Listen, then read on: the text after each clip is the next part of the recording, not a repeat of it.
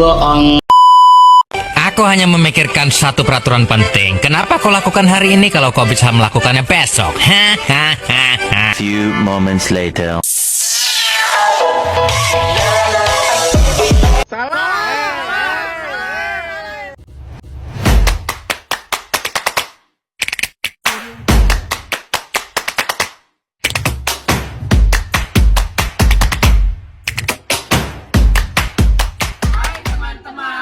Perkenalkan, kami dari kelompok 4 membahas kasus penyebaran minuman keras di Indonesia. Manusia paling menyebalkan di dunia. Oh, jelas kamu. Teman-teman, kita kan sudah belajar komunikasi kebijakan publik nih. Apa sih yang kalian tahu tentang komunikasi kebijakan?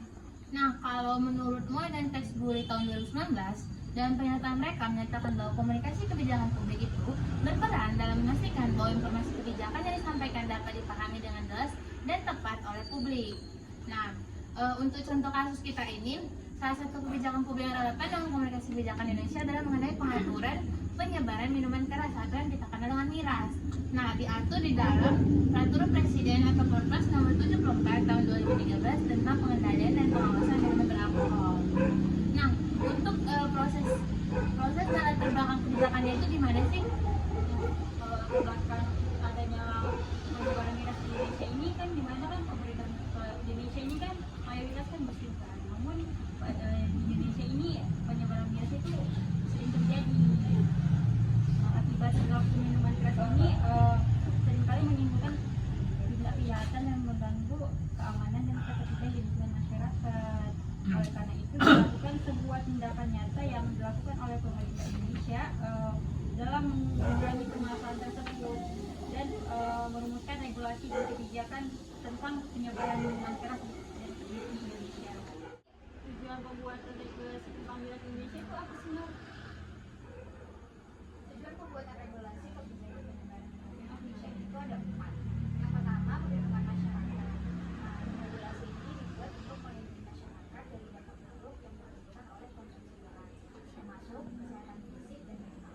Yang kedua, ada pengendalian dan pengawasan. Nah, regulasi ini dibuat dengan harapan dapat mengurangi aksesibilitas miras pada generasi muda. Yang ketiga, ada penegakan hukum. Regulasi ini dibuat mencakup penerapan sanksi bagi penjual dan peminum miras ilegal. Dan yang terakhir ada pendidikan dan sosialisasi. Ini dibuat juga untuk mencakup aspek pendidikan di masyarakat mengenai bahaya konsumsi miras. Oh gitu. Nah, adanya regulasi berarti adanya aktor-aktor dalam pembuatan regulasinya. Siapa saja sih aktor-aktor yang terlibat dalam pembuatan regulasi? Jadi dalam pembuatan regulasi itu aktor yang terlibat itu tentunya pemerintah pusat ya, di mana melalui Kementerian Perindustrian dan Kementerian Perdagangan menjadi pengambil keputusan utama dalam merancang kebijakan terkait minuman keras ini. Yang kedua itu pemerintah daerah, di mana juga memiliki peran penting dalam mengawasi penerapan kebijakan di tingkat lokal. Dan yang ketiga itu ada masyarakat sipil, terutama organisasi kelembagaan keagamaan dan lembaga swadaya masyarakat. Yang mana juga terlibat dalam kampanye penularan terhadap penyebaran minuman keras. Selain itu faktor lain ada juga seperti industri minuman keras. Para produsen dan distributor minuman keras tentu memiliki kepentingan ekonomi dalam kebijakan ini. Nah, selanjutnya media memainkan peran penting dalam memperluaskan informasi terkait kebijakan ini. Media dapat membantu menyosialisasikan aturan-aturan yang dikeluarkan pemerintah kepada masyarakat yang luas.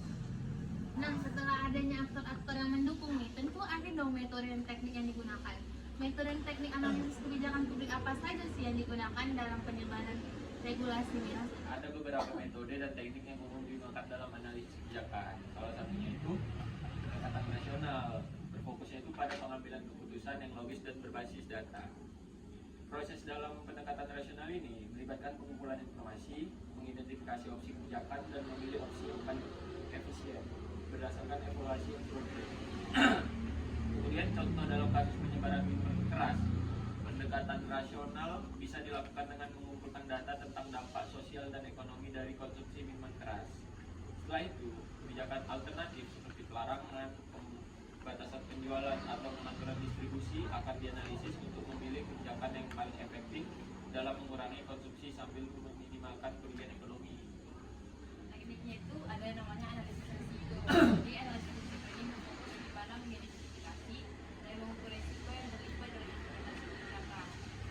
Terus teknik ini digunakan untuk menilai kemungkinan hasilnya negatif dan dampaknya terhadap tujuan kebijakan.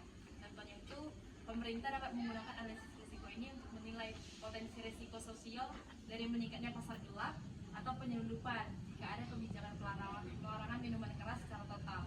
Risikonya itu bisa ke keamanan, stabilitas sosial, ekonomi, dan akan dievaluasi dalam skenario itu. Oh gitu.